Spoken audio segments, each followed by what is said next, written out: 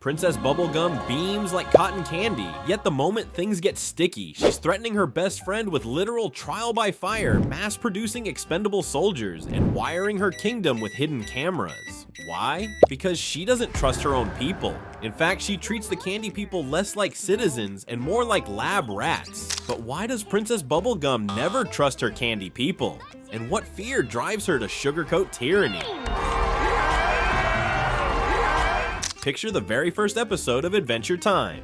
The Candy Kingdom faces a zombie plague, shambling, sugar-craving corpses of former citizens. Bubblegum's response? Lock all candy people in the castle and lie to their faces about the danger. Tonight, we are all going to have a slumber party! What? She throws a slumber party as a cover-up, complete with games and blindfolds, while literally handling a zombie invasion behind the scenes. Her reason for the deception is almost darkly hilarious. If candy people feel any fear, they literally explode into candy goo from panic. Candy people explode when they get scared? One jump scare and pop, there goes Starchy the Gravedigger. And indeed, Starchy does spontaneously combust when he sees a zombie, proving her point. Bubblegum witnesses her citizens' fragility and decides on the spot. Truth is a luxury the candy people can't afford. She makes Finn swear a royal promise to keep the zombie crisis secret under penalty of, well, eternal suffering. No joke, breaking a candy royal promise summons giant gumball guardians ready to incinerate you. Bubblegum would rather magically bind her friend to silence than risk her beloved subjects learning the truth. When Finn slips up and blurts out the secret, time literally freezes and two gargantuan guardians drag him off for execution by math quiz. It's a twisted loophole, punishment for his own good.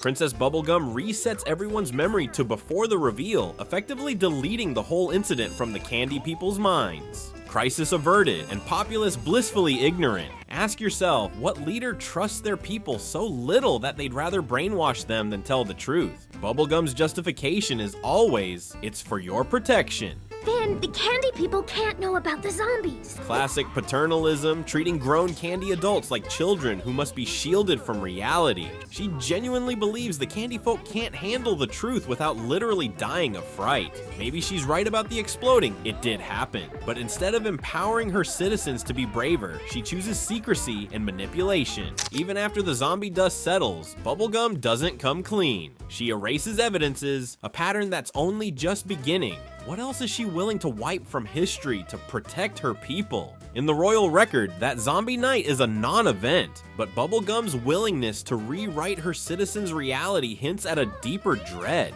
If fear of their physical brittleness drove her to lie once, how far will she go when the stakes climb? The next betrayals won't be so easily swept under the peppermint rug. Candy Kingdom daylight, smiling gumball citizens skip through streets, unaware Big Brother is watching. High above the kingdom, Bubblegum's hidden cameras swivel, tracking every gumdrop and peppermint under her rule. She says it's for their safety, protection, her favorite excuse, but let's be real, knowing what your citizens are doing 24/7 is beyond creepy. And she doesn't stop at cameras. When confronted, PB finds a way to silence critics and even upgrades her surveillance. She secretly replaces all the cameras with tiny tracking devices implanted in each candy person. Yes, she literally tagged her people like Pokemon, monitoring their every move on a giant map in her computer. Privacy in the Candy Kingdom? Non-existent. Every chocolate bar guy and taffy girl has a royal GPS on their neck.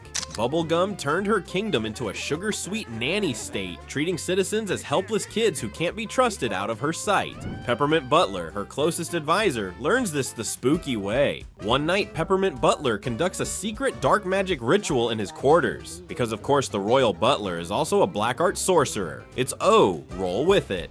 Unbeknownst to Pep, PB has a hidden CCTV camera in his room streaming everything to her control center. The moment some supernatural shenanigans start, Princess Bubblegum is watching with a bowl of popcorn. She doesn't even trust her butler bestie not to go full demon without oversight. When a zealous peacekeeper finds the camera, Bubblegum's cover is blown, alarm blaring throughout the kingdom. Peppermint Butler literally challenges the intruder in front of PB's still rolling camera, snarling that the princess thinks he's a threat to her reign. Caught spying on her own inner circle, Bubblegum doesn't apologize. She doubles down, mobilizing her candy military to be alert for the vague threat she basically created. This pattern is clear. Bubblegum's default mode is extreme trust issues. She assumes even loyal citizens, even dear Peppermint Butler, might endanger the kingdom if not watched or controlled. From secret police cameras to implanted trackers, she preemptively treats everyone as a potential traitor or ticking time bomb. Real-world dictators do the same. Constant surveillance, secret dossiers, all justified as keeping the public safe from themselves. It's no coincidence political scientists define paternalistic rule as restricting people's freedom for their own good. Bubblegum has turned the Candy Kingdom into a cotton candy panopticon, and the candy people don't even know it.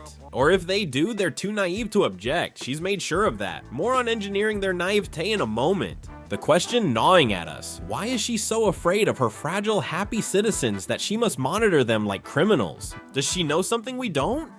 Bubblegum's smile hides a deep paranoia that without her tight grip, the candy people will destroy themselves, or destroy her. And disturbingly, she's got evidence to back up that fear. Evidence she created herself. Candy citizens!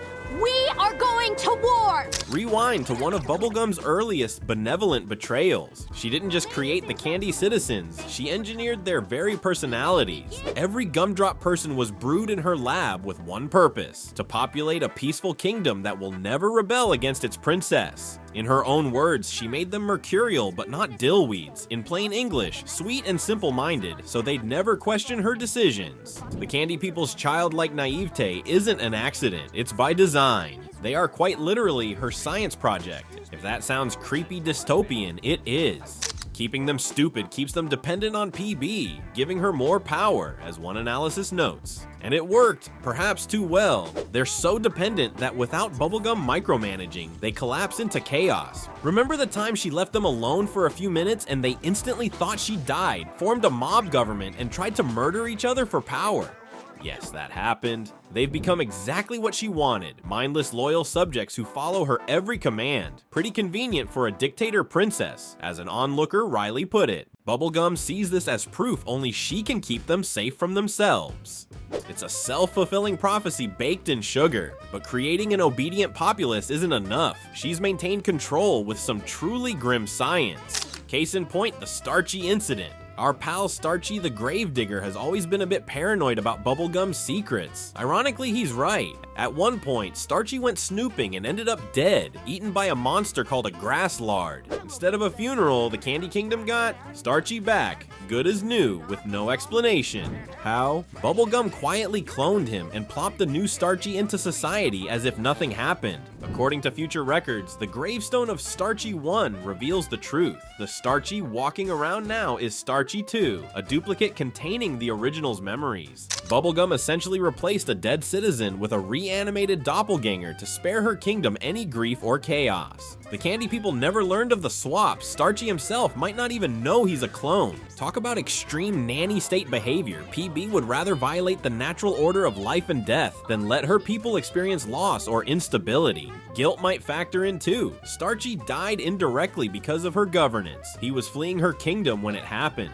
Rather than face that guilt or tell the truth, she fixed it in secret. This isn't an isolated case. Bubblegum has a habit of resurrecting or duplicating candy people as she sees fit. Remember the squad of James clones? She cloned the banana guard named James so many times, each time he heroically died for her, that by the episode James II, she's got 25 Jameses running around. When the naive banana guards can't even comprehend what a clone is, how can 25 guys look like one guy? One asks while staring at a crowd of identical Jameses. Bubblegum loses her cool and snaps at their stupidity. Yet who made them so dim in the first place? She did. It's a bittersweet punchline. Her perfect obedient candy army is too dumb to function, a direct result of her design. Bubblegum's solution to the James mess is telling. Once the clones save her life from a goo monster, she exiles all 25 of them to the far wastelands for good.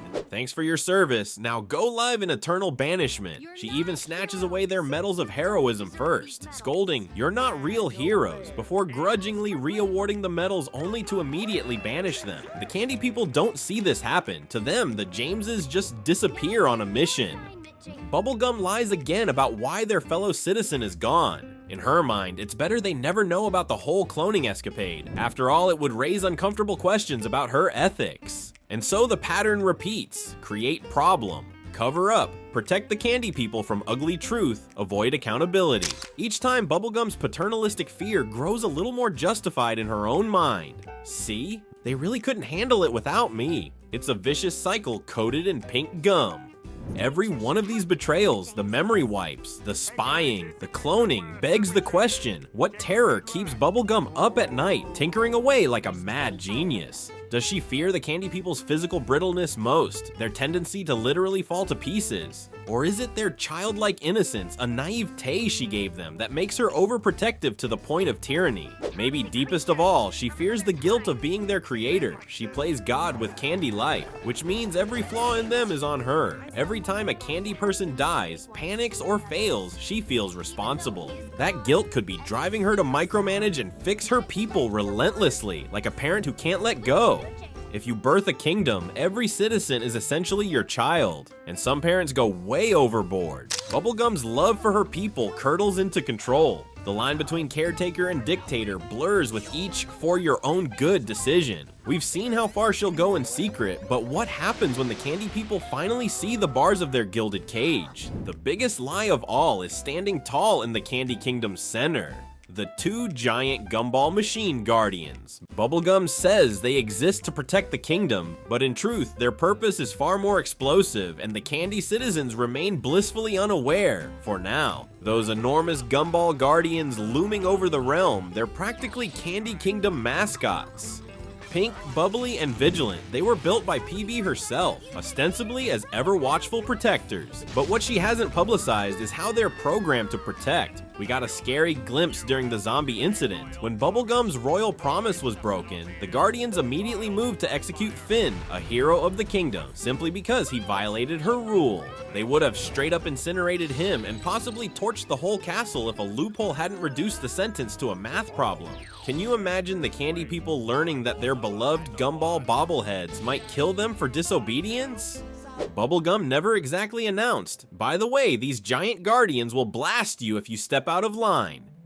She lets her people believe the Guardians are gentle protectors, when in fact they're also enforcers of Bubblegum's absolute authority, her personal failsafe against rebellion or catastrophe. It's another lie of omission. Yes, they'll save us from evil, but they might also fry you if you break a rule. In the series finale, when war and chaos finally come to the Candy Kingdom's doorstep, Bubblegum is forced to confront the monster she's created, not the physical monster, though there was a colossal one of those too, but the monster of mistrust between her and her people.